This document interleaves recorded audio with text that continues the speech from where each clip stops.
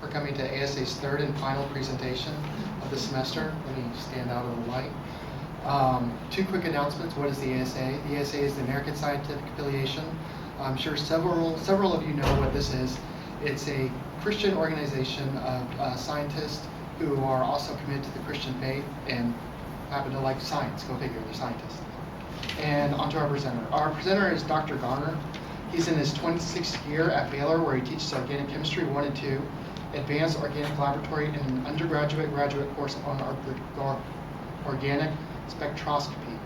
He has been twice recognized by the Mortar Board for teaching excellence and has written Organic Laboratory and Advanced Organic Laboratory manuals that later published nationally. He has about 40 peer-reviewed research papers, including 5 in the Journal of Chemical Education. During his career, he has secured approximately $1 million in external research funding for both federal and private sources and a major instrumentation grant. His research in the synthesis and analysis of organic compounds has resulted in the discovery of new organic gelling agents, new ways to analyze chiral compounds, new ligands for transition metals, and has recently begun to pursue new materials in gas chromatography and laser technology. He will present the current state of prebiotic chemistry in the context of the problem to be solved, what kinds of organic structures and what organizational processes will be necessary for a chemical origin of life to take place. With chemistry, are all things possible? The current status of origin of life chemistry. Let's give a big round of applause to Dr. Garner.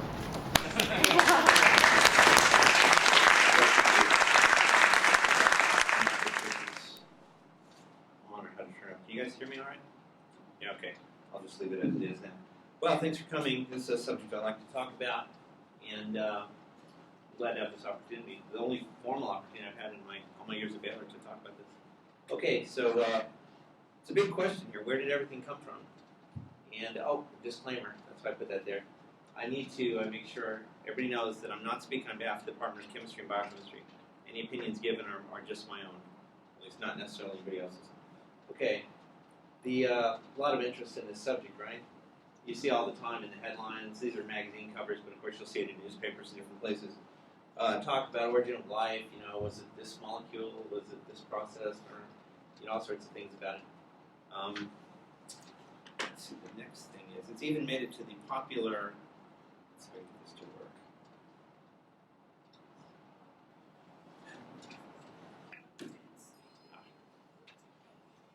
Okay, that part's not working. Well, you guys know the Big Bang Theory, right? Right there is where life started.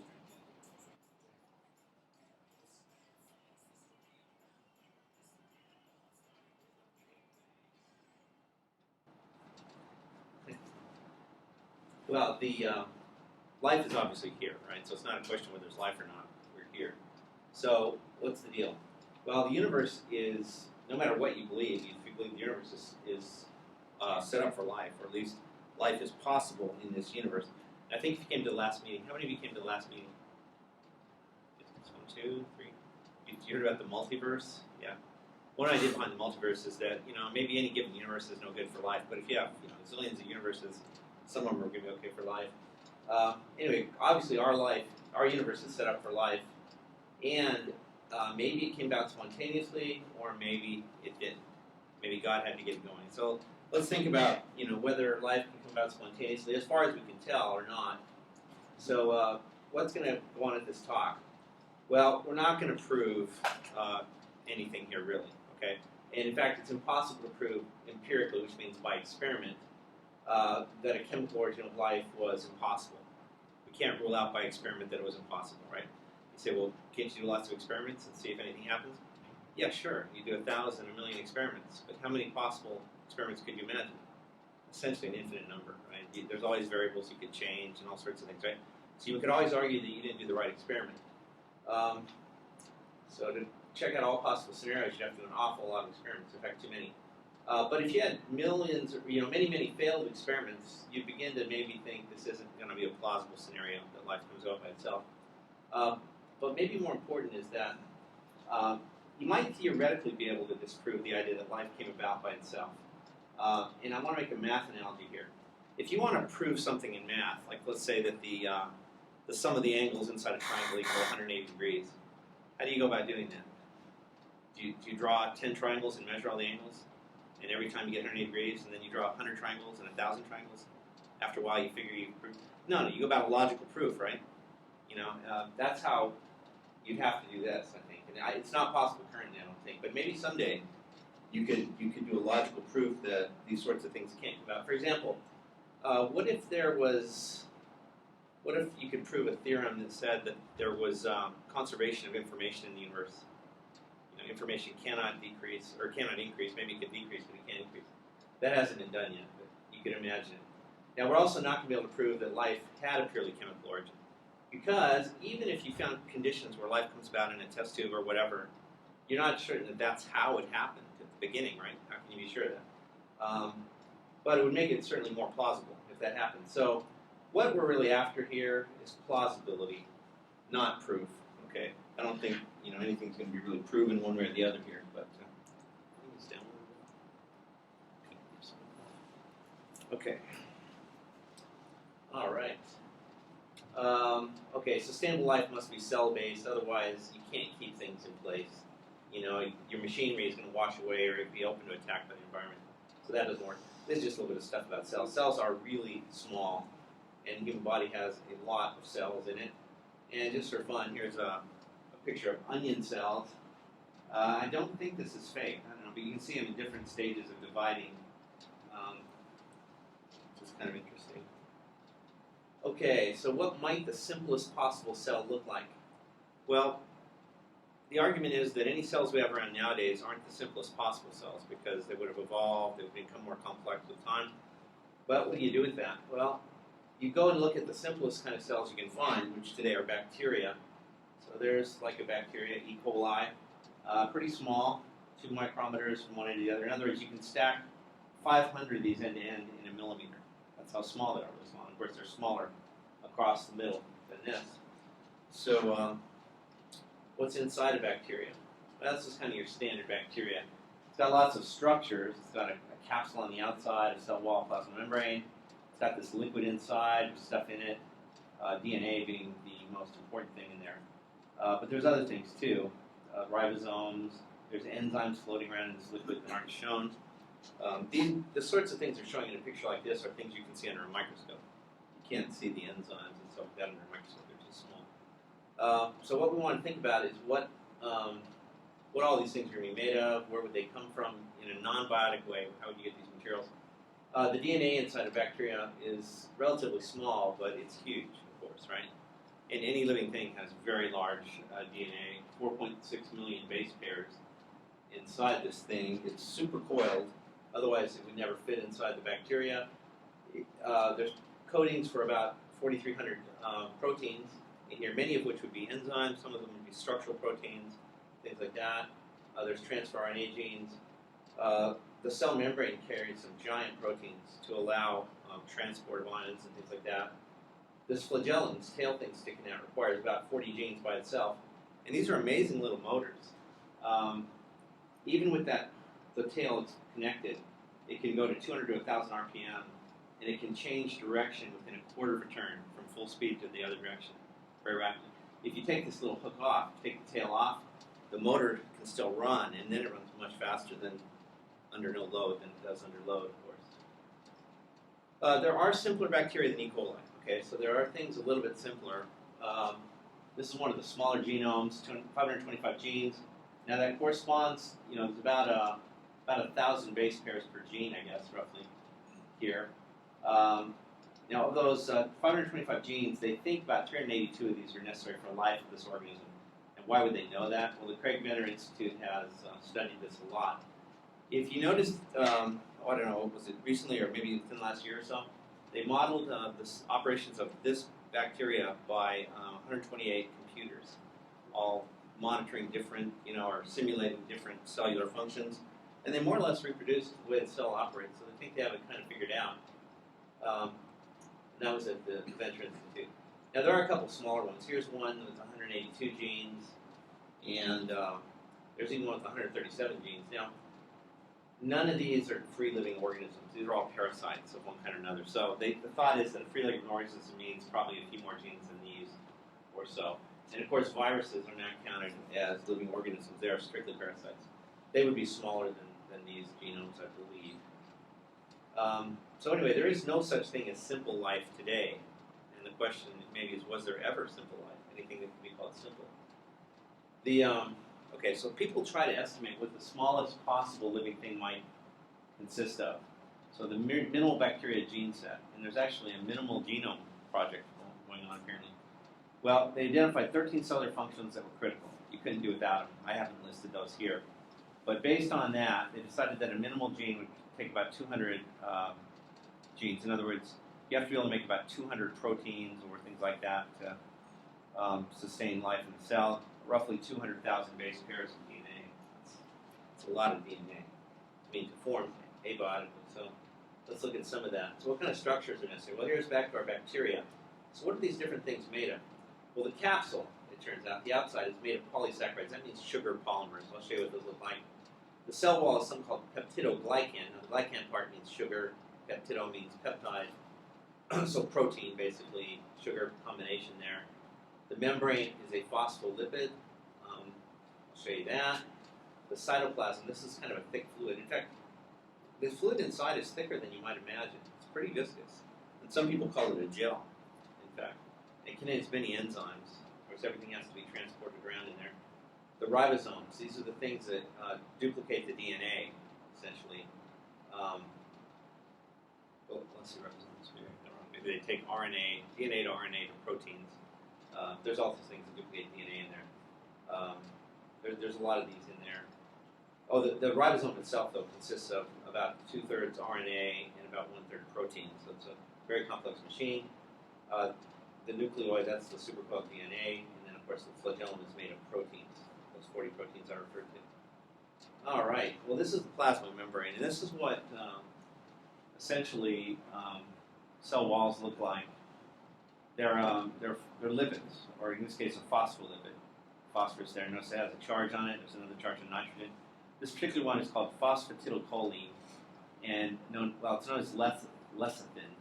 And you've run into this probably if you've ever sprayed PAM on a pan or something before you put those biscuits on it or something. That's what it was. It was this compound right here, purified most probably from eggs, because it occurs a lot in eggs.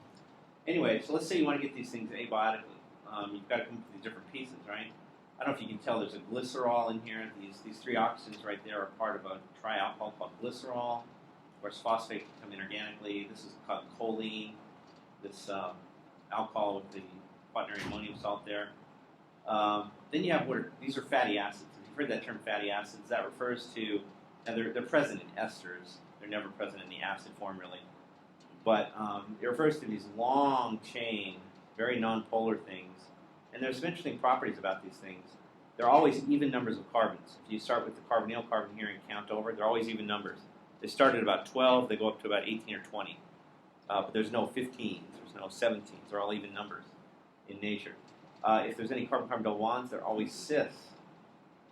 Which turns out, I didn't really show it that way, just so you can get on the screen nicely. That throws a kink in this chain right here. That chain, technically, if I drew it properly, would go off at an angle and form some kind of messy-looking structure here. And that's important. That keeps this as a liquid instead of a solid. When you don't have these double bonds, these tend to be solids. And so the double bond there is important. But cis is not the most stable double bond in nature. Trans is more stable than cis. So I don't want you to think that nature works with the most stable things out there. Sometimes it doesn't. This is one of those examples. Okay, what are the problems getting these? Fatty acids are not among the known abiotically formed compounds. We'll talk about ways that compounds are made in the absence of life. Fatty acids are not among those. And in fact, in the body, the enzyme that makes fatty acids is called fatty acid synthase. Enzymes are so large, they don't try to name them by anything other than their function. So you figure out what the enzyme does, and you put ASE on the end, and that's the name of the enzyme. But it's one of the hugest enzymes known. Now, there's 272 kilodaltons. A dalton is one mass unit, like hydrogen weighs 1, carbon weighs 12. Well, this is 272,000. And it turns out 2 of those stick together to make the active enzyme fatty acid synthase. The carbon-carbon double bonds are cis, less stable than trans. Now, another thing I want you to notice here, do you see that chirality there? I've showed you the oxygen coming toward you, the hydrogen going away from you, the way it's all drawn. That's called chirality, and it could have gone the other way. The oxygen could have been going away from you, the hydrogen toward you. And it turns out that makes a big difference. Now, in these sorts of things, I don't know if it makes a difference or not. I think it probably does. But you never hear this kind of these phospholipids talked about in chiral context. But in other situations, it's known to be critical. So we'll talk about that in a little bit. Okay, now, maybe you didn't need these complex molecules to make cell membranes, though, because there are things out there that make cell-looking structures. If you take a mixture of proteins and you heat them up, you're basically semi-destroying them. But you get a polymerized mixture of stuff that if you put it in water, it will form these little droplets of different sizes. This isn't necessarily the best picture. But these have some properties of cells. You know, they're round, they can actually merge together sometimes, or even a big one can split apart into two. The guy who did this, Sidney Fox, really pushed the idea that these were halfway alive or something. He pushed it too far. He kind of lost credibility over this because they aren't really anywhere close to alive. But you can do it with other things too. Lipids, kind of like the phospholipids I showed you, but there are other ones too. If you mix them in water, they will form these little circular things. It looks sort of cell-like, and you could sort of imagine that cells could start this way maybe. There is this famous, there's one quote I came across. This guy looked at these structures, this Pittendreff guy, and said that he thought they'd have living cells created within 10 years. Well, that was a long time ago, and it hasn't happened. It turns out to be a harder problem than they thought. Okay, what about that capsule, the bacterial cell capsule? I told you that's polysaccharide. Well, saccharide means sugar. Sugars look like these. They're these. All these points here are carbons, but there's lots of OHs. There's also hydrogens aren't being shown here too. So if you stick one sugar to the next, the next, the next, you can have large numbers of these things. You get a polysaccharide. And you guys know these as starch is one of these polymers. Cellulose, the paper you write on, is another one. And by the way, those only differ by the direction of the linkage right here. Starch is digestible because it goes, I never remember. I can't remember if this is the cellulose one or if this is the starch one. One goes up, one goes down. Of course, it makes a big difference. You can't digest cellulose, you can digest starch.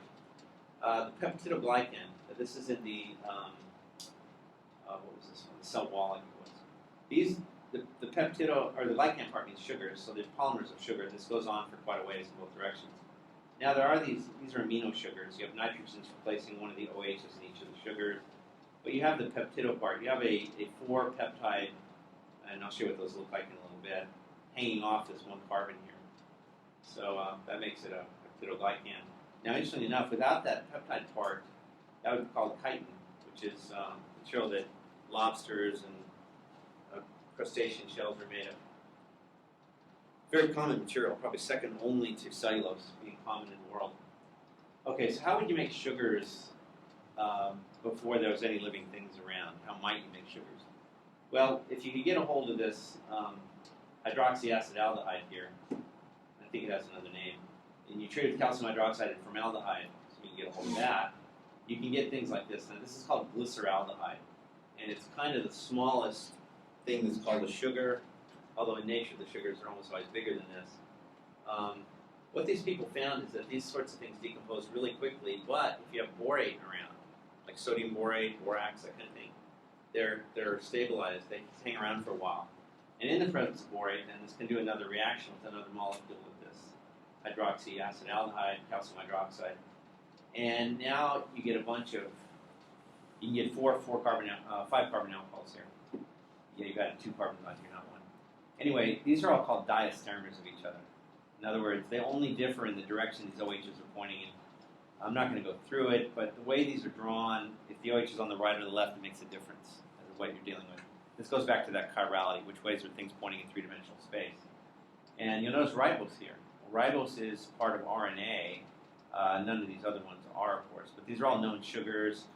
I believe these are all digestible by humans and things like that. They don't occur all that often, many of them. And there's a whole set of 6 carbon sugars, too. In fact, there's 8 of those. There's only 4 of these. These are all what are called racemic. I need to make sure you understand that word. When you talk about chirality, the way things point, and if you make things in the laboratory, you typically get 50-50 mixtures of both right-handed and left-handed forms of the 2 possibilities. So every one of these has both mirror images present, both hands, right and left-handed. The sugars that nature uses in life anyway are all called D sugars. And in D sugars, I don't remember if these are D or L, the ones I drew. I should remember this. I haven't taught this chapter in a while. But they're both present, D and L sugars. The D and L refers to the configuration at the bottom carbon, but it's also used just to refer to which marriage you're dealing with too. Okay, so now how might you get that aldehyde, that hydroxy acid aldehyde? Because that's not obvious where that comes from, right? That doesn't occur in asteroids or things like that, probably. So what somebody found is that if you take HCN and copper cyanide, things that might be around in the universe, with water and UV light, you can get things like this. Now, this might not look like the sugars here, but if you replace that carbon-nitrogen bond right there with a carbon-oxygen bond, and you break this bond right here and put a hydrogen on that oxygen and an oxygen of water here, so you break this with water, you break that with water, you get back to the hydroxy acid aldehyde I showed you a minute ago. And if you break this one apart, you get glyceraldehyde that I showed you a minute ago too. So conceivably, if you can do this efficiently, and it's decent efficiency here, not great, but maybe okay, then you can get to those two sugar precursors. The chirality problem still, of course, isn't solved. These are racemic materials. So, yeah, these are both chiral. That one won't be chiral after it breaks apart, but this one will be. They'll both be racemic. Cellular proteins. This is one of the most important things about cells is the proteins. Now we have to deal with amino acids. The things about proteins, the most important ones, well, they're all important, but some of the most amazing ones are the enzymes. These are the workhorses of cellular machinery. These are the things that change one molecule into another in pretty amazing ways a lot of times. They're composed of amino acids. If you join amino acids together, you get peptide bonds, or they're joined by peptide bonds, and you get what are called peptides, or if they get large enough, you call them proteins. Now, how big are these enzymes? Well, generally speaking, they're pretty large. The smallest one I could find in the literature was 62 amino acids long. So you have to have 62 particular amino acids in a particular order, and you have this enzyme 4-oxaloprotein. And it turns out all that does is a tautomerization, which is a very simple reaction in organic chemistry. It moves a hydrogen from one place to another, which could happen even spontaneously, but this speeds it up. Now, a lot of enzymes are much larger. The largest known enzymes, catalase is about 2,000 amino acids.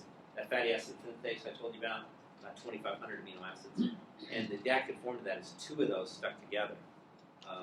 Not covalently, but just stuck to each other in other ways. Enzymes often have amazing selectivity and reactivity. Enzymes can do things that we have no way of doing in the lab, although people have been working, and we can do some of the stuff that enzymes do, usually not quite as good. But here's an example. There's this enzyme called carbonic anhydrase. And it does a very simple reaction. It hydrates carbon dioxide to what you might call carbonic acid, but in fact it's bicarbonate. I guess this is at high enough pH that the H that would have been on this oxygen falls off. So I did a no-no here. This reaction is not balanced with respect to charge, right? Normally you have equal charge on both sides. Well, I'm not really sure where the extra hydrogen goes, but this is what they say it's for. Anyway, this enzyme, carbonic anhydrase, does this really fast. I mean, it can do like 1 million of these CO2s a second can come in. And I wouldn't even thought CO2 could go into a molecule and come back out that fast. But in fact, it can. This is one of the most active enzymes known. But a lot of enzymes have incredible activity. They go really, really fast. Now, to be fair, though, I don't want you to think that you always have to have huge molecules to get catalysis. Enzymes never are smaller than this. But recently in organic chemistry circles, there's this field called organocatalysis. You build small molecules, relatively small molecules, smaller than these enzymes, that catalyze organic reactions. Now, they don't catalyze just any organic reaction. There's a handful that they do. But they work really well when you get them to work. So I don't mean to say that you don't necessarily have to have this many amino acids to get some kind of activity. But at least nowadays, that's the smallest enzymes that are known. So what about amino acids? Well, this is what they always look like. There's a carboxylic acid group, and that's why it has the word acid in it. There's a nitrogen with 2 hydrogens, that's the amino group. What we really mean by amino acid typically is alpha amino acid. There's only one carbon between the nitrogen and the acid carbon. And then off that carbon will always be a hydrogen, and there'll be an R group. That's a variable group. That's kind of like X in math. It'll be all kinds of things. Okay, and it turns out there's 20 of these in nature that are used commonly, and a lot more than that exist. But 20 of these go into proteins. So if you were to break some protein apart and analyze what amino acids are, you'd find these 20 proteins in there in some ratio. 9 of these amino acids are essential for humans and have to be in our diet. We can't make them. They have to be in the food we eat, or else we run out of them. 19 of the 20 amino acids are chiral, and they're present in life almost strictly in the L forms. There's only a couple exceptions. So this would be an L amino acid drawn that way. I'm not explaining why it's called L, but that's the L, and this would be the D. You reverse the direction these two things are pointing if you draw everything else the same. Well, the amino acids in cells are almost strictly left-handed, right here. The only time you see right-handed ones are in bacterial envelopes, and then only occasionally. It's not like the bulk of the envelope is made up of the wrong one. And certain antibiotics will have a D amino acid. The enzymes that go around munching on proteins don't know how to eat D amino acids. Those enzymes are set up to attack L amino acid proteins. And so by throwing a D in there, it kind of throws off the machinery that might otherwise destroy your molecules. So that's the idea behind the Ds when they do occur rarely in nature. Okay, so how are you going to make, well, what are the problems in making polypeptides, enzymes? Well, you have to have all the amino acids around, okay? They have to be available. And ideally, you don't have any interfering compounds. What do you mean by interfering? Well, the reactive groups in an amino acid are the amine and the acid. So if you have other acids or other amines, or if you have other amino acids especially, they're going to interfere when you go to try to make something out of these things. Then you really want to have only one enantiomer, and that's what we call the pure right or the pure left. And the reason is all of the known activity in amino acids occurs with only the left, the way life's set up. Now, in theory, it could all be right and have the same activity, but in our world, it's all left. If you throw in some right-handed ones, you destroy the activity of the enzyme. Okay, so you really can't just ignore stereochemistry. You can't throw a few rights in there, for good measure, it doesn't work. So you have to darn close to 100% left, or else forget it. Nobody has ever made an active protein or enzyme or anything like that from racemic amino acids where they have equal amounts of right and left. First thing they would do, separate the mirror images from each other, which isn't necessarily easy to do. Now, one proposed solution to the chirality problem, where you can't work with left and right, is that circularly polarized light. This is kind of a chiral light. It's like twisting right-handed or left-handed. It, in theory, can destroy one of the mirror images faster than the other if they, say, do photochemistry. Sometimes light can destroy organic molecules. Well, if it's chiral light like this, it will destroy one of the mirror images a little faster than the other one. But this is a very weak force, and it never has shown to be very effective. And by the time you get any excess of one enantiomer over the other, you've destroyed almost all the molecules. So it's more of a theoretical thing than an actual. No one's ever found a practical use of this. Now, another thing is you have to find a way to stick the amino acids together. They don't happen spontaneously. And you need to do this under a pH that's roughly neutral because the peptide you're forming, these things are sensitive to acid or base. Under either acidic or basic conditions, they will slowly decompose. If you heat them up, they rapidly decompose. So you want to be working around neutral pH if you expect these things to hang around for a while. And then here's the big thing, too. And no one's ever suggested an answer to this. You have to have some proper order of amino acids. If you throw amino acids together at random, you get a whole bunch of things that don't do anything. There's nothing magic about most things that have, most proteins don't do magic reactions. There's a special few that do. So if you don't have the proper order of amino acids, you don't get the ones that are going to have the activity you need. And I'll show you some more about this. Only a tiny fraction of sequences have activity. Now, how would you get amino acids in nature? I don't mean on the Earth because we have life and lots of amino acids. How would you get amino acids on Mars or some other Earth-like planet?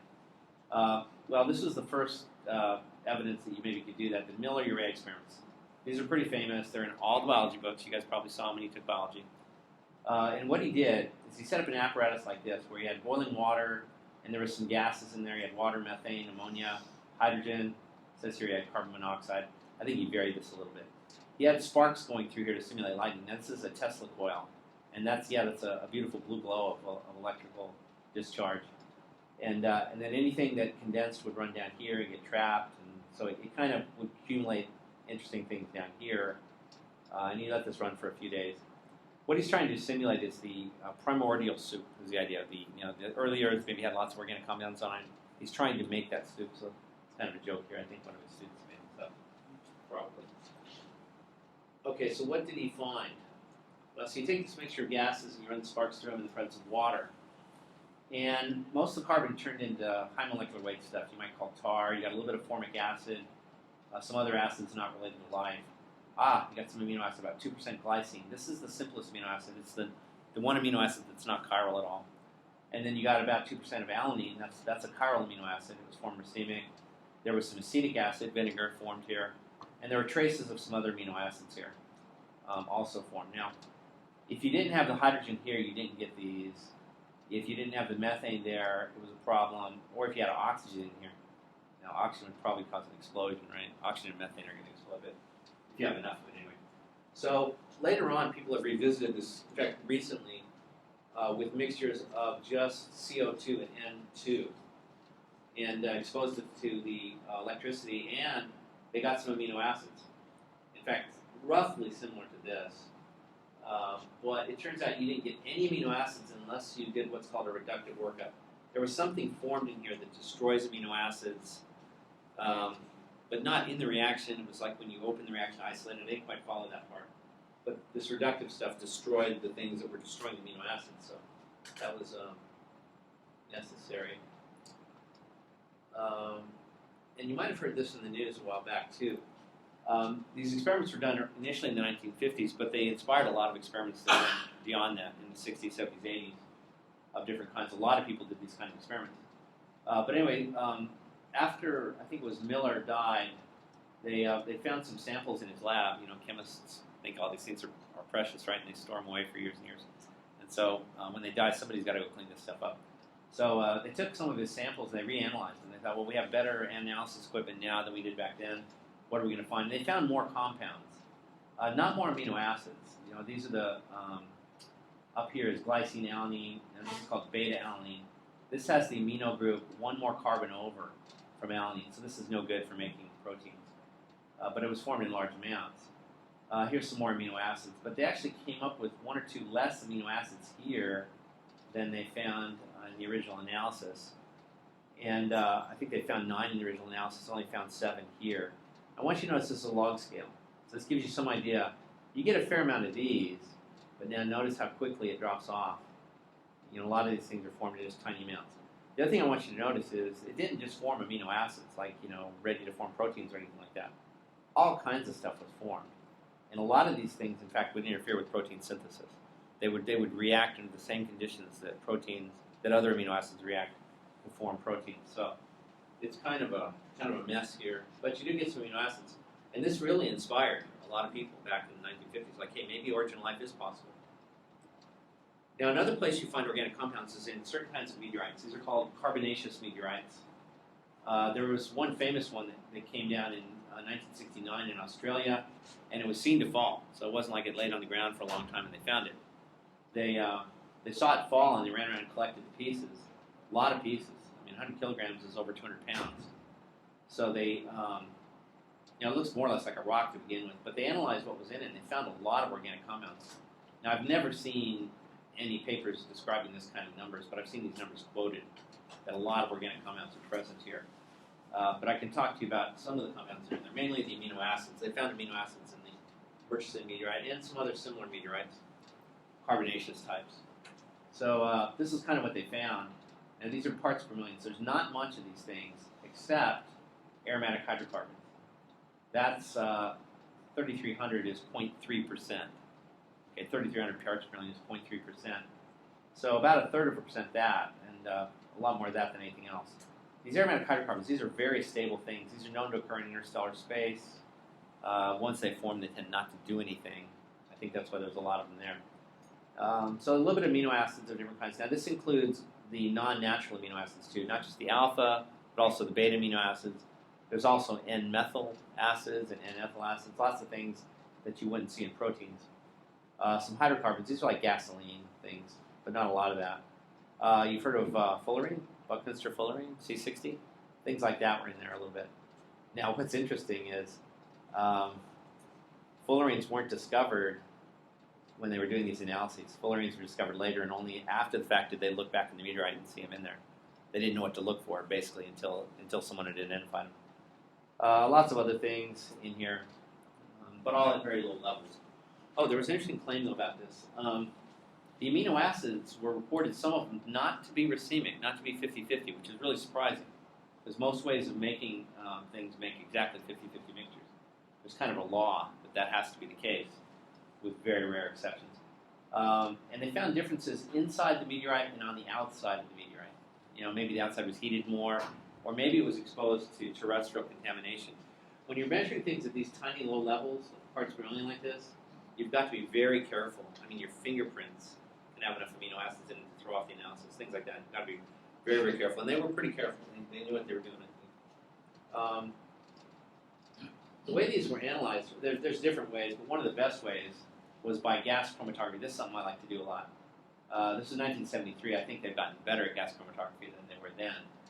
But this gives you an idea of what they're looking at. Now, these are the amino acids that they were looking for here. And you can see some of them here. The big peak is glycine. You get a lot of glycine, right? Not much of anything else. The bigger the molecules are, the longer they take to go through the GC. But every one of these little bumps, even the humps, are a different compound at least, maybe several compounds piled on top of each other. So I just wanted to give you an idea of all kinds of things that are formed in here. They identified some of these, and a lot of things that aren't identified. There's alpha amino acids, beta amino acids, and methyl amino acids, all kinds of things. They reanalyzed the meteorite over the years, and more recently, they found about the same amino acid composition. There were some indications that maybe terrestrial contamination was messing up the analysis of amino acids. Now, they could tell to a large extent that these amino acids were not from Earth, and they could use carbon-13 and nitrogen-15 isotopes. It turns out things off the Earth have higher amounts of C13 and 15 in them than on the Earth. And so they could tell that they were not natural, but that doesn't mean that natural ones might not have messed it up a little bit. They concluded in the study that the proteinaceous amino acids, the ones that go into proteins, were racemic. But they did find up to 9% EE, and what that means, that's chiral terminology. That would be a 54.5 to a 45.5 ratio. So not real far from 50-50, but not 50-50, in favor of the L isomer of valine. Now, the isovaline. Isovaline is not a natural amino acid. It's got a special structural feature that probably accounts for this. But it's interesting, they saw more L in these meteorites than they did D. And all life on Earth seems to be, is composed of L. So that's a little intriguing. What do they find in space? Dr. Cleaver's not here, is he? Okay.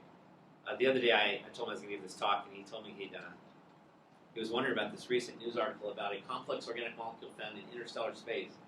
He was wondering what that was. So I went and hunted down the news story. So at this point I need a drum roll, and there's the molecule. Okay. Thank you. This is a little bit funny because this is not what organic chemists would call complex, right?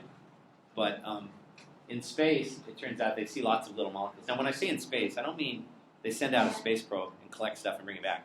They hardly ever do that, right? They've collected a little bit of comet dust, I think. But the way they do that, the way they find molecules like this or simpler, is kind of clever. They know what frequencies stars are giving off, different frequencies of light, and then they look at what gets to the Earth and they see if any frequencies are missing, and it turns out they are. And then they try to figure out what molecules would absorb those frequencies so that they're subtracted from the light. Because they know the star makes all frequencies. Why are those frequencies missing?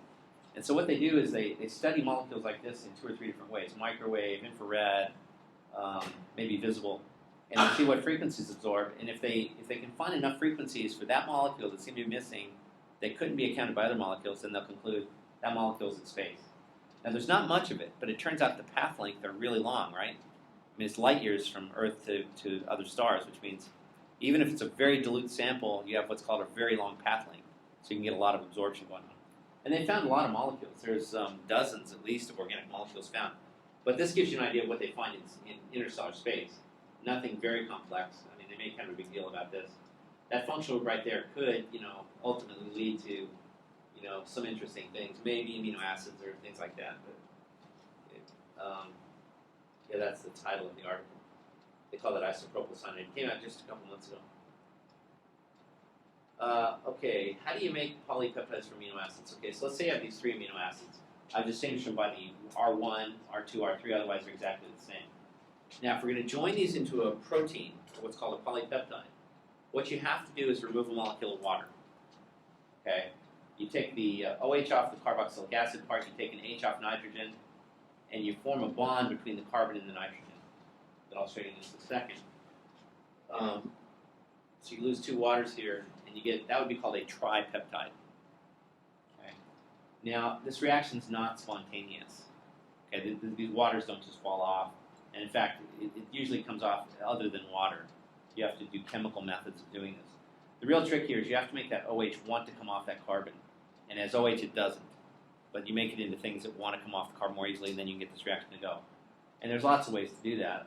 Living cells, modern living cells, put a sulfur here. And sulfur turns out to want to come off easier than oxygen, and that works pretty well. But you have to search around for things to see if you can find anything that would couple these things together. So, in fact, most of these reactions abiotically have to be done in water. Well, that's exactly the wrong solvent to do it in. But let's see what can be found about this. There have been a few prebiotically plausible coupling agents known. And I show you a few of them here. One of them is carbonyl sulfide. Formula is COS. It's a monosulfur version of carbon dioxide, if you will. And this is found around volcano vents a little bit. And it turns out if you treat an amino acid with carbonyl sulfide, some of it will form an intermediate like this that can then be attacked by another amino acid, and you end up getting a dipeptide, and you lose carbon dioxide out the other end. And then I think you can do this again and again and again in theory. It's not been found to form very many. I think with 3 or 4 amino acids, they were observed a couple under these conditions. Not very long chains, but a few. You can use cyanamide. Now, this is a known abiotic compound, or at least it's plausibly formed. I think they've detected this one in interstellar space. Cyanamide will couple amino acids together too, but you have to use it with ATP. That's adenosine triphosphate. Oops, that's a living cell molecule, not a naturally occurring one, I don't think. And you have to have magnesium chloride, and you have to eat it. And that one's way too complicated to be plausible. Someone found that if you take amino acids in salt solution and you evaporate them way, way, way down to a teeny little puddle, that they'll begin to couple near the end. And I think I've seen that you've gotten up to 11, perhaps, this way, stuck together. And interestingly enough, you go the other way, you freeze salt solutions. And when a solution of anything freezes, what's freezing is the pure water. I don't know if you knew this or not. But the ice crystals in a solution like that are pure water, and whatever wasn't water is getting concentrated down in the remaining liquid. And right at the very end, it's very concentrated, and it forces molecules together. So even though it's cold, and normally chemical things don't happen cold, in freezing solutions, it can. So that's kind of interesting. But in all cases, they're pretty low efficiency and only short peptides. I think I saw 11 for one of these. Normally, you see numbers like 2 or 3 for these amino acids stuck together, and no more than that. There's another problem too. Amino acids can lose water in a way like this. 2 of them can come up to each other and form a 6-membered ring. And 5 and 6-membered rings in nature are formed very easily in living systems and not, even in the laboratory. These are called diketopapyrazines, and that's a problem. These tend to be pretty stable and not want to undergo further chemistry. Another problem is that the chirality here at these carbons, they racemize easily. So even if you had one mirror image of amino acids, once they form the diketopapyrazines, they racemize, form both mirror images of amino acids. So it's kind of bad that direction too. All right, I want to show you like what size things would be in a living system. Okay, now each of those is an amino acid. And this is not an especially big molecule by biological standards. This is insulin, 51 amino acids, has a molecular weight of about 6,000. So they're attached in a particular order. Now this turns out to have 2 chains, a light chain and a heavy chain. They're stuck together by these disulfide bonds, and there's an additional disulfide bond up here that holds this in a particular shape.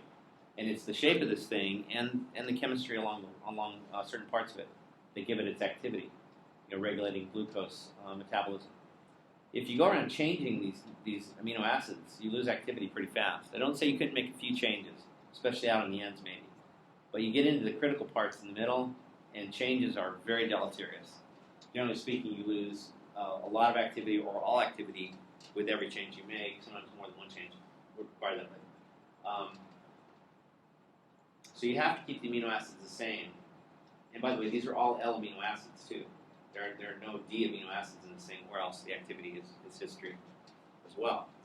So that's just to give you an idea of what a polypeptide might look like. Now here's some problems when you go to make these things. Let's say you have these 2 amino acids, A and B, and you want to make the dipeptide AB. Now, is AB the same as BA? What do you think? No. The one on the left has an amino group. The one on the right doesn't. That amino group is part of the peptide bond right there. It has a carboxylic acid group. So AB is not the same as BA. It matters. There's what's called an N-terminus end to these peptides. There's a C-terminus end to these things. So the order matters. So unless you somehow keep the amino group of A from reacting or the carboxylic acid group of B from reacting, here's the problem. You can get a lot of products. So what you wanted was AB. What keeps you from getting BA? Nothing. What keeps you from getting two A's that are reacting with each other? Now you might say, well, we only grew one. Where would you get the other one from? Okay, you guys' molecules are really teeny, right? And there's no such thing as one molecule reactions. If you've got any measurable amount of an amino acid around, you've got a whole lot of molecules of this and of this, right? So even though we only draw one on the paper of each one, there are many, many of each one. You guys know this thing called Avogadro's number? Yeah, a mole is 6 times 10 to the 23rd particles.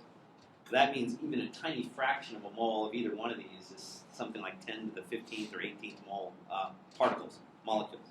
In fact, a lot of times you can't detect numbers even analytically, much less than that. The reactions.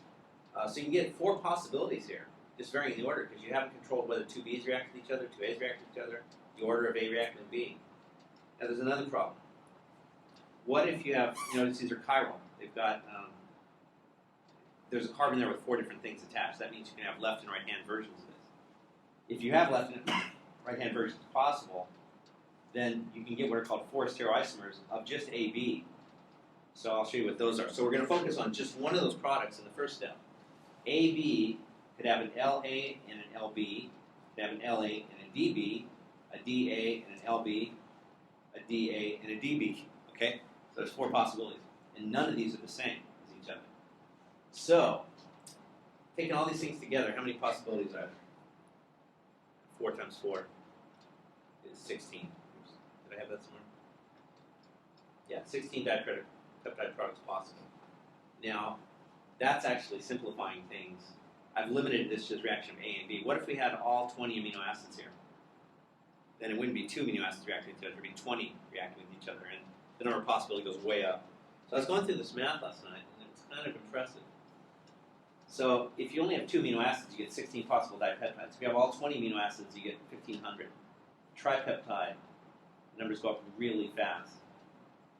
And look at this. By the time you get to 6 amino acids, if you let that open to all 20, and the order doesn't matter, and you have both membranes present, you get, what is that, 3 billion? Something like that. 3 billion possibilities. It's huge. And if you increase the number of peptides, it goes up really fast. Now, once you get to 20, of course, then all possible peptides are present, and you get giant numbers. But remember, insulin had 51 amino acids? Look at the number of possible forms of a 51 amino acid peptide. 10 to the 81. That's a huge number. And to bring that into some context, the universe is only about 10 to the 18th seconds old. So imagine that we had a billion Earth-like planets, and each planet had a billion places where 51 amino acid proteins are being formed at 1 per second. Okay? In the entire history of the universe, only about 1 out of every 10 to the 44th possibilities would have been sampled in all those different experiments. Okay? And so this brings you to an interesting conclusion, something I hadn't quite realized. The vast majority of polypeptides are the sizes found in living cells. And by the way, remember what the smallest amino acid, the smallest enzyme was? 62 amino acids, not 51. Have never been formed in the history of the universe, at least not abiotically. Okay, so there is no way that any significant fraction of all the possibilities has been sampled for even things as small as this, much, much less for larger things. Okay, so that I thought was kind of stunning. So what that means is either a very tiny fraction of all possible random proteins is enough to find the 200. Now remember where 200 came from? That was the postulated minimum number of genes you needed to run a simple cell. If you imagine, there's none like that on Earth, but you can imagine that. So either sampling a very tiny fraction of all possible things is enough, or there must be some reason that the necessary proteins are made much, much more easily than a random process would allow for. So what could those reasons be? Well, one thing you could say is, well, maybe the order in which amino acids couple is somehow defined. Maybe like alanine wants to couple to tyrosine, and that wants to couple to something else. Maybe there are preferences here, where this amino acid wants to that one, and that leads to active materials just by law. There's really two things that are possible. There's chance, that's randomness, or there's law. Maybe the chemistry of amino acids dictates that certain orders are more probable than others, and maybe those happen to lead to active peptides. Well, it turns out no one's ever seen any significant selectivity in the order in which amino acids are coupled. This has been studied, and there are little differences here and there, but nothing major. There's no law that dictates the order of these things. And another thing is they've never seen differences in stereoselectivity. So let's say you're coupling two amino acids. Is there some preference for LL forming over LD? And the answer again is no significant selectivity has been ever found. I've done a little bit of this work myself, just a very little, just more for fun than anything else. What I did, I wanted to see if a L amino acid, now it's protected at the nitrogen. This nitrogen can't react. So this carboxylic acid has to react with that amine group because that carboxylic acid has been blocked as an ester. That one's been blocked as an amine. So in organic chemistry, we would call this protecting. That nitrogen is protected from reaction. That carboxylic acid is protected from reaction. So we're forcing the reaction to occur right here. But I'm going to give the reaction both enantiomers of this reactant and only one of this. And there's going to be enough of this that if this one really prefers, if this L enantiomer really prefers to react with L, all of it could go that way. Okay, there's enough L here to react with all that L. On the other hand, there's enough D here to react with all that L if it prefers LD. Okay, and now this is a coupling reagent. Notice it's not done in water. This is how peptides are formed by organic chemists, not in water, using coupling reagents. These are essentially things that pull water out of the system in a chemical way to form the peptide bond right there. So do we get more LL or LD? And how are we going to analyze these? Well, we take advantage of the fact that LL and LD are what are called diastereomers of each other. They don't have identical properties. Enantiomers have identical properties in all non-chiral systems. So in general, you can't tell how much of this enantiomer and that enantiomer you have unless you use special kind of analysis. But if you're dealing with diastereomers, they have different properties. They're much easier to analyze for. So what I did was my favorite technique, which is capillary gas chromatography. And this is the ALA example. And this is from coupling reagents and solvents and stuff. But here are the two peaks you care about. The first one of those, I believe, is LL, and I think the second one is LD. Yeah, LL and LD. I proved that by making pure LL and pure LD, which I could do, by using one mirror image of each of these in a separate reaction. And notice the amounts there are very close to 50-50. It's not the height of the peak; it's the area of the peaks that really matter. But we did this with a bunch of amino acids. So this was the protected, optically pure carboxylic acid that's going to react on this side. And then we did 3 racemic amino acids. So we have 12 results. So what you're seeing in these boxes are the ratio of LL over DL. So if the number is greater than 1, LL was favored. If the number is less than 1, LL was not favored. And so you see numbers like 1.1, 1.2, 1.5. That's the biggest number there. But you'll notice half the numbers are greater than 1, half the numbers are less than 1. So yeah, there's a little selectivity here and there, but it's not anything major, and it goes both ways. LL is not favored over LD in general. Oh, so the answer to the question is no. Now I want to talk about DNA some. And if you've had biochemistry, you'll know already more than I can tell you about this stuff. But this is what the units in DNA and RNA look like. There's a sugar. So the R in RNA means ribose, or ribo. It's from the sugar ribose. And in DNA, that OH is gone. That's just hydrogen. So it's called deoxyribose. And then this primary alcohol here is attached to a phosphate. And this, what would have been an OH there in ribose, is attached to the nitrogen of what's called a base. On RNA, there's 4 bases, and in DNA, there's almost the same 4 bases. The last one's different. RNA works with uracil, and DNA works with thymidine. So you have 3 parts of this. You have the base, you have the sugar, and you have the phosphate. That's one unit of either RNA or DNA, depending which one you're working with. Now, how are they stuck together? Well, they're polymerized through the phosphate and this 3' OH here. So that oxygen can become bonded to another phosphorus going down. That phosphorus can become bonded to the corresponding this oxygen on the next molecule up. And so you get these, the sugar phosphate backbone, essentially.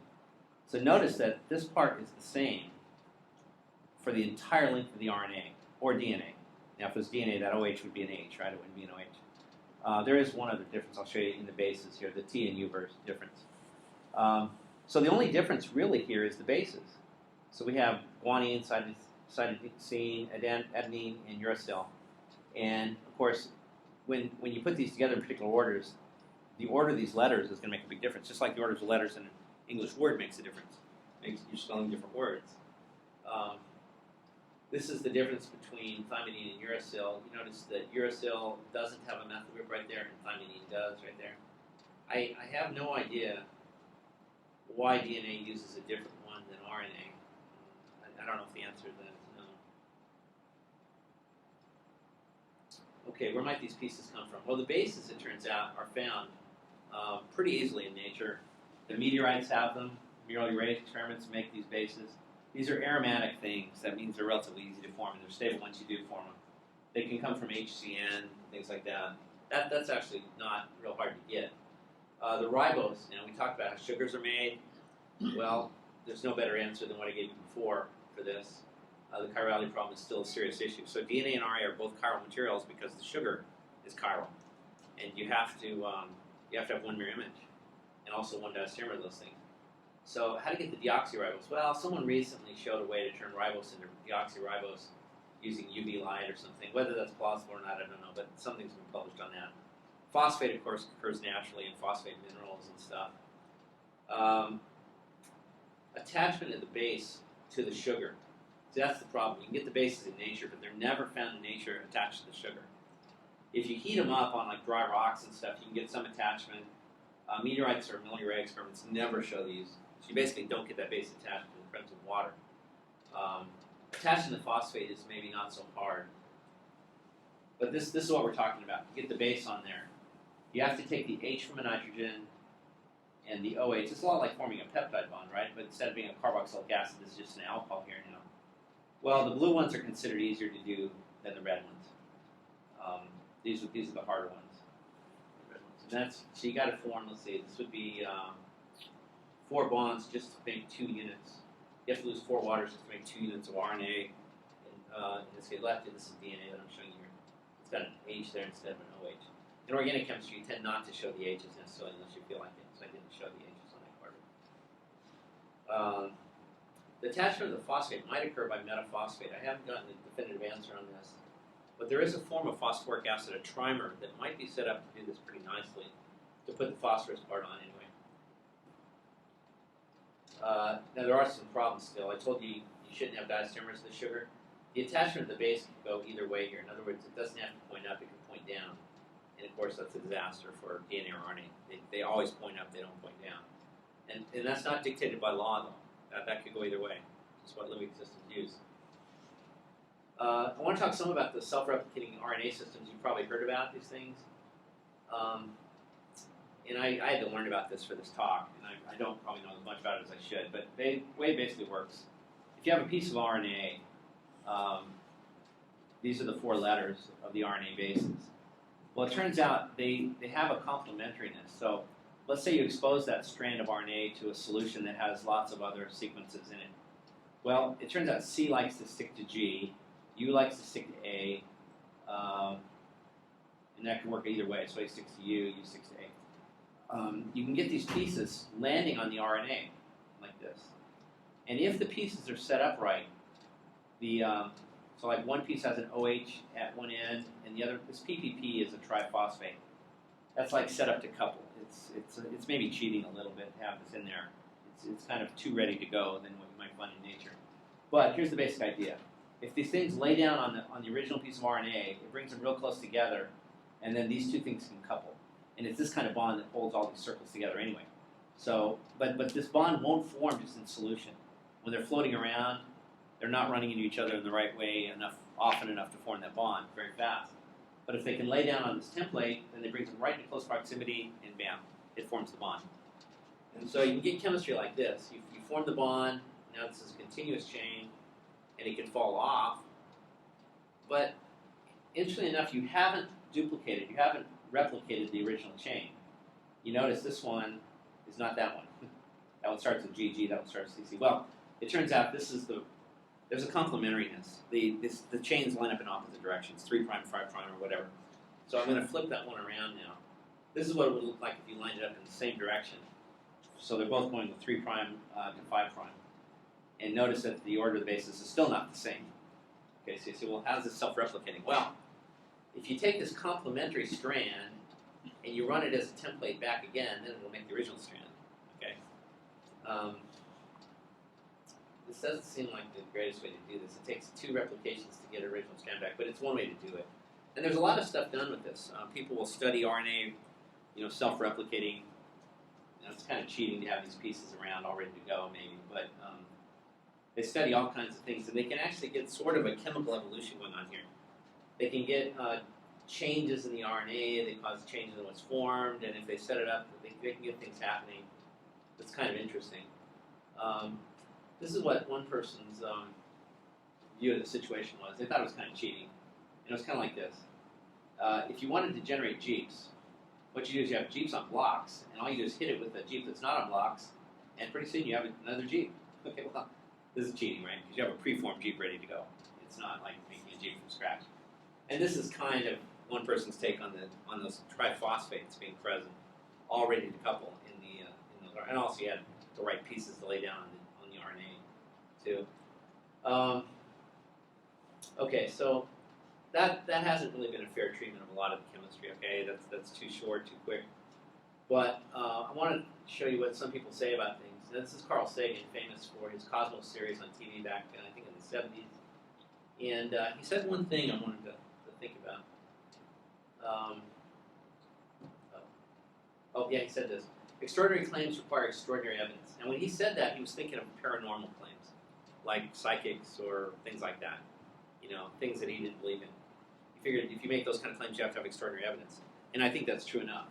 But I think if you claim that all the complexity in life spontaneously arose, I think that's a pretty extraordinary claim. And so what I want you to think about is, does the evidence constitute what you would call extraordinary for this claim? Is it really likely, believable, plausible that life comes about by a purely chemical origin of life?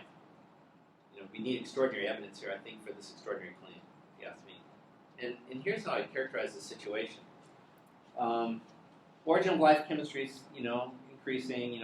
This might be the Miller-Urey experiment right there, and this would be some work by Sutherland on the forming of sugars and stuff like that. Well, while this is going on slowly, the known complexity of life is going up like this. All the different things that they're learning in biochemistry about the way biological systems replicate, the way they repair themselves, the way they self-regulate. It's just, growing much, much faster than we know about any plausible way that life could come about. Here's some scientific opinions about origin of life chemistry. This guy's interesting, George Whiteside. He's at Harvard. Spent a lot of his career at MIT, but he's at Harvard now.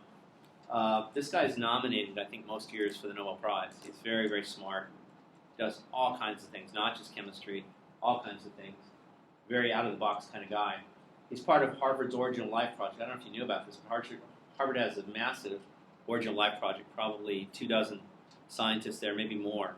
Millions of dollars a year spent on this, studying the problems. He gave a talk on the occasion of winning the ACS, American Chemical Society Priestley Medal. This is given to some of the very best people, and he's one of those. And he had the title of his talk was Revolutions in Chemistry back in 2007. So one of the things he talked about was origin of life, a big problem. Most chemists believe, as I do, that life emerged spontaneously from mixtures of molecules in the prebiotic earth. How? I have no idea. Now, this guy is very honest. A lot of people wouldn't admit this in public. You say, well, maybe he didn't know about the RNA world. Maybe he didn't know. He knows more about it than any of us do. Okay, this guy knows all this stuff. On the basis of all the chemistry that I know, it seems to be astonishingly improbable. And so he thinks, basically, none of it's plausible. We need a really good new idea. Now, I heard him speak at an ACS meeting in New Orleans around this time, maybe a year or so later than this. He gave a talk entitled Questions About Questions on the Origin of Life. He knew that we weren't going to answer a lot of things, so he'd ask a lot of questions. And he finished the talk, and he said something like, he said, I don't have a religious corpuscle. I mean, I think that means like a blood cell. A religious corpuscle in my body. He's an atheist. He'd tell you right off that he's an atheist. He said, but I don't think it's useful to be bashing the people that believe in intelligent design. You know, he said, look, we don't have an answer. Don't spend your time bashing these people just because you don't agree with them. Okay, you don't have an answer either. So I thought that was an interesting thing. Advice that wasn't taken by very many people, I don't think. This is just a few different people. Now, these are all, none of these are creationists. None of these are intelligent design people. These are all evolutionary biologists kind of people, molecular biologists. As ever, there's much optimism that indeed we're making progress. The reality is that in spite of the egos of some, the existence of life remains a mystery. He says here, it's not that we haven't scratched the surface, we haven't even seen the surface here. And then here's another interesting one. He says here that original life is one of the hardest problems in all science, one of the most important. It is, this kind of research has evolved into a lively interdisciplinary field, but other scientists often view it with skepticism and even derision. This attitude is understandable in a sense, perhaps justified given the dirty, rarely mentioned secret, which is, despite many interesting results to its credit, I've showed you some of those, when judged by the straightforward criterion of reaching or even approaching the ultimate goal, the origin of life field is a failure. We still do not have a plausible coherent model, let alone a validated scenario for emergence of life on Earth. This is not due to lack of experimental and theoretical effort. A lot of work's gone into this. You might just say we haven't done enough work on it. But it's the extraordinary intrinsic difficulty and complexity of the problem. The multiplication of probabilities make the final outcome seem almost like a miracle. So a lot of people are very, even evolutionary kind of people are skeptical of the evidence for origin of life as it currently stands. Now, having said that, I think everyone I showed you there believes that it happened, that there was a spontaneously, purely chemical origin of life at some point. They're just decrying the state of the field. Now, you might wonder what Baylor students think. I've surveyed my class pretty much every year that I teach Organic Chemistry 1 since 2005. And I give them a series of questions. I don't know if they know why I'm doing this. The other questions are important, but this is one I really care about.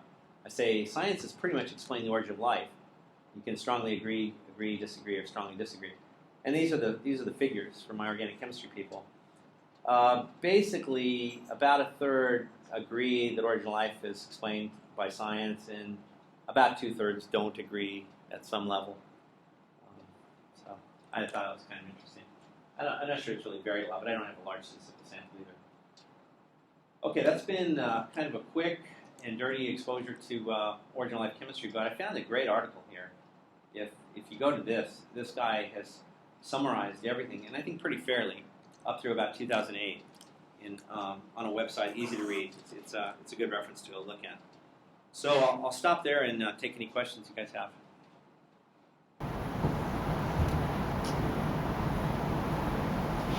Yeah, back here. I've got a question. Sure.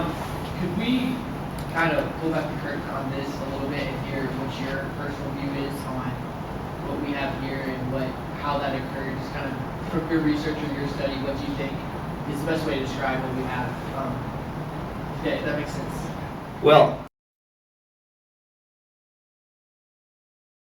I don't see organic molecules doing anywhere near the sorts of things they would need to do. Okay, there's not the self-organization behavior in organic molecules and many other things that are not there. Now, having said that, I got to say some of the stuff in origin life chemistry surprises me, things I wouldn't have predicted. But still, like that one person said, yeah, there's a lot of interesting things, but we're not coming close to solving the problem. So I don't believe in a chemical origin of life. So what do I think? I think God had to get it started. I think he reached down and got his hands dirty, whatever it takes, probably just said the word. God had to get it started. At a minimum. The idea is that once life gets started, it can become more complex on its own.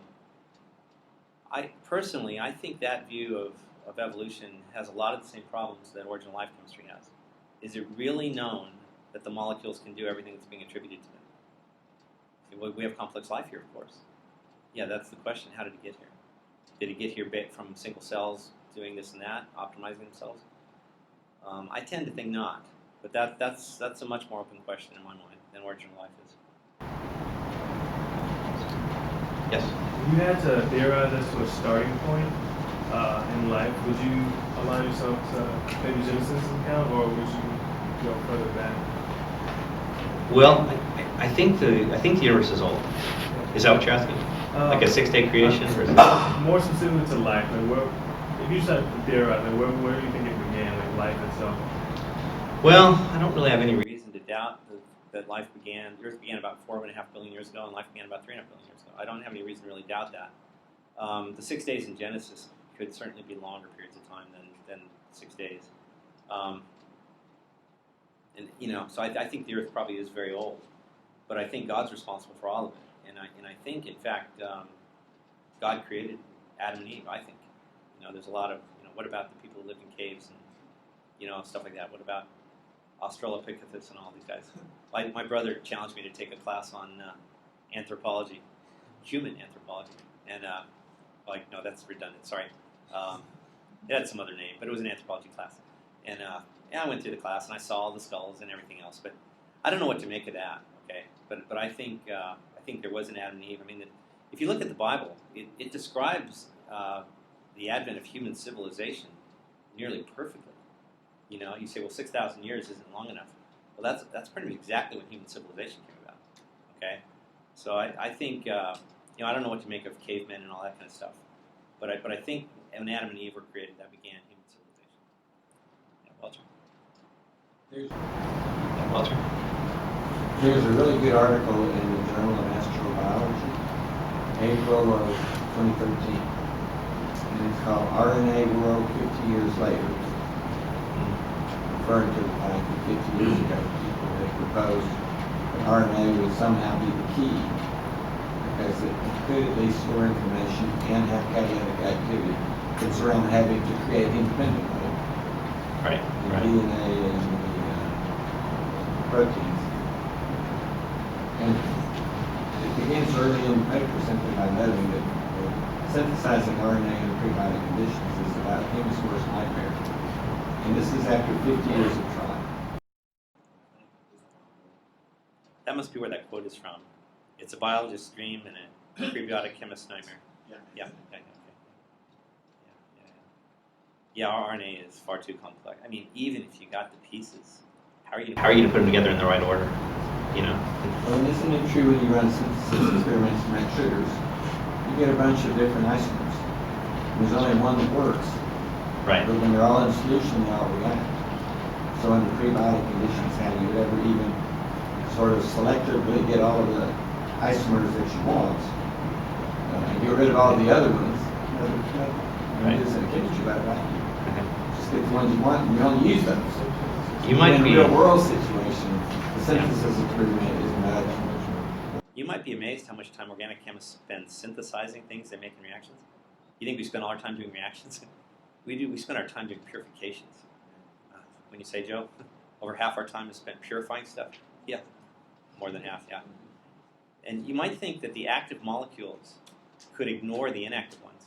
Yeah, so the whole lot of inactive ones, we'll just ignore those. We'll build our living systems.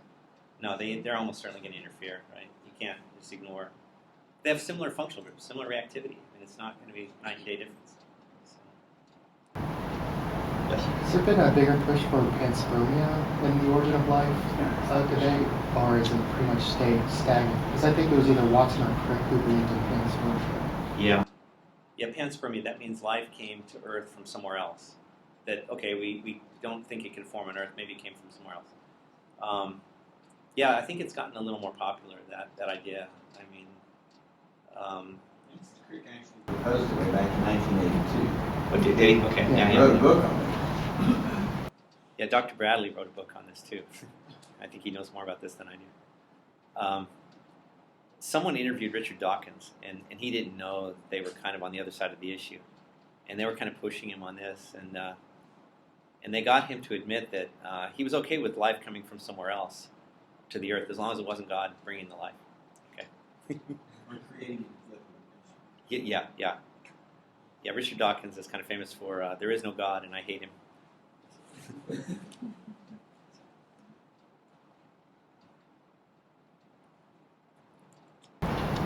Yeah, Joe. Do you know anything about, you mentioned maybe there being a law of conservation of information. Do you know anything more about that? No, I know people are working on those things. Dr. Bradley, do you know? Has information theory gotten far enough to do much with this? Well, mathematically, we can do anything we want, right? I think the question of how we increase the information is still an interesting, I think, challenge.